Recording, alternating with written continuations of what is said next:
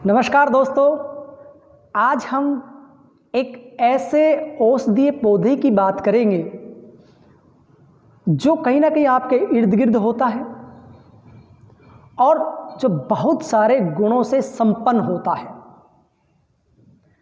आप देख रहे हैं कि मेरे सामने है अपामार्ग, जिसे अन्य कई नामों से जाना जाता है, जिसे ओला काटा भी कहते हैं।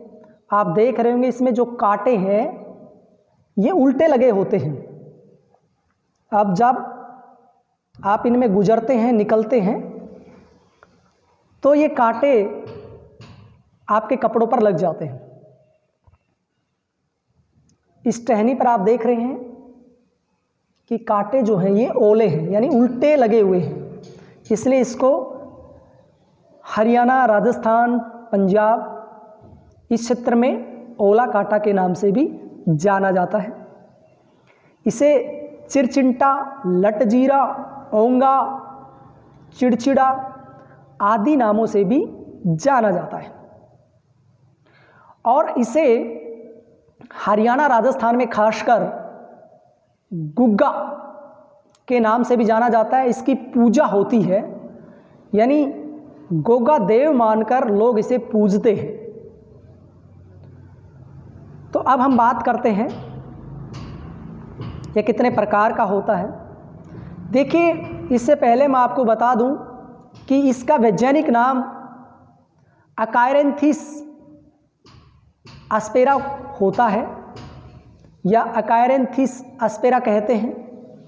यह दो प्रकार का होता है, यानी दो रंग होते हैं इसके, एक रक्तवर्ण यानी लाल रंग का अपामार्ग और दूसरा वाइट यानी सफ़ेद रंग का अपामार्ग। सफ़ेद मार्ग का जो अपामार्ग होता है उसमें डंठल जो होती है इसकी हरी होती है, पत्तियां थोड़ी भूरी होती हैं, वह सफ़ेद रंग की होती हैं। और लाल या रक्तवर्ण का जो अपामार्ग है उसका डंठल लाल रंग का होता है और पत्तियों पर भी लाल रंग के हल्के हल्के दाने से मिलते हैं, छिट्टे से लगे हुए मिलते हैं। और इसकी तासीर गर्म होती है, यानी यह कफ और वात दोषों को संतुलित करने में मदद करता है। तो इसका प्रयोग कैसे करते हैं? इसका प्रयोग अनेक तरह से हम कर सकते हैं। इसके जो बीज हैं, यानी जो ओला काटा है, ये भी काम आता है। इसकी पत्तियां भी काम आती हैं, इसका डंठल भी काम आता है, इसकी जड़ें भी काम आती हैं। अलग अलग रोग के अनुसार इस पौधे के सभी जो पार्ट हैं, सभी जो भाग हैं, वो काम आते हैं। तो देखिए, इसकी जो ओला काटा होता है, जो इसके बीज होते हैं, ये चावल के दाने जैसे होते हैं। इनको भीतर से निकाल कर और उनकी खीर बनाकर खाई जा सकती है। जैसे ये बीज आप देख रहे हैं और अंदर से बीज निकलता है इसमें पकने के बाद।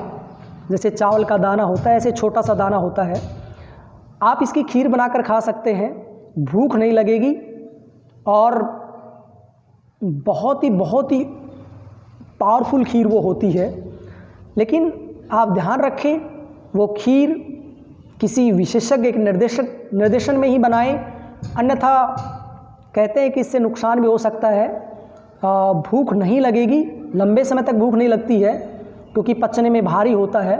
तो किसी को ऐंठन हो सकती है, पेट में कॉन्स्टिपेशन हो सकता है, लूज मोशन हो सकते हैं। तो इसलिए किसी आयुर्वेदाचार्य के निर्देशन में ही इनका सेवन करें। दूसरा, ये विषनाशक भी बताया गया है, यानी कहीं पर आपको कोई जानवर काट लेता है, यानी कोई ततैया होता है, कोई मक्खी होती है, कोई मच्छर होता है, तो उसके स्थान पर इसका रस लगाने से पत्तों का वो आराम मिल जाता है। इसकी दातुन बहुत ही गुणकारी बताई गई है हमारे सभी ग्रंथों में। इसकी जड़ की दातुन या इसके डंठल की दातुन कई तरह के दांतों के रोगों को ठीक करती है। और आपके दांतों में पायरिया है, आपके दांतों में चित्ते चित्ते लगे हुए हैं, आपके दांत खराब हो रखे हैं, आपके मसूड़ों में सूजन है, या दांतों से संबंधित जितनी भी समस्याएं हैं उन सब के लिए यह औषधि या अपामार्ग रामबाण का काम करता है। और ऐसा बताते हैं कि अगर लगातार 6 महीने तक इसकी दातुन अगर व्यक्ति कर लेता है तो उस व्यक्ति की वाक सिद्धि हो जाती है, यानी जो बोलता है वही बात सच साबित होती है। तो इसमें भी ये फ़ायदेमंद है। साथ में चर्म रोगों में भी ये बहुत ही उपयोगी बताया गया है। फोड़े, फुंसियाँ, गांठ या स्किन डिजीज जो भी हैं उनमें बहुत ही अच्छा ये बताया गया है। यानी पत्तों को पीसकर इसका जो रस होता है वो उस स्थान पर लगाने से सभी तरह के चर्म रोग मिट जाते हैं। जिनको मुंह में छाले हैं यानी माउथ अल्सर है वो इसके पत्तों का काढ़ा बनाकर और अगर गरारा करता है तो मुंह के छाले भी 1-2 दिन में ठीक हो जाते हैं।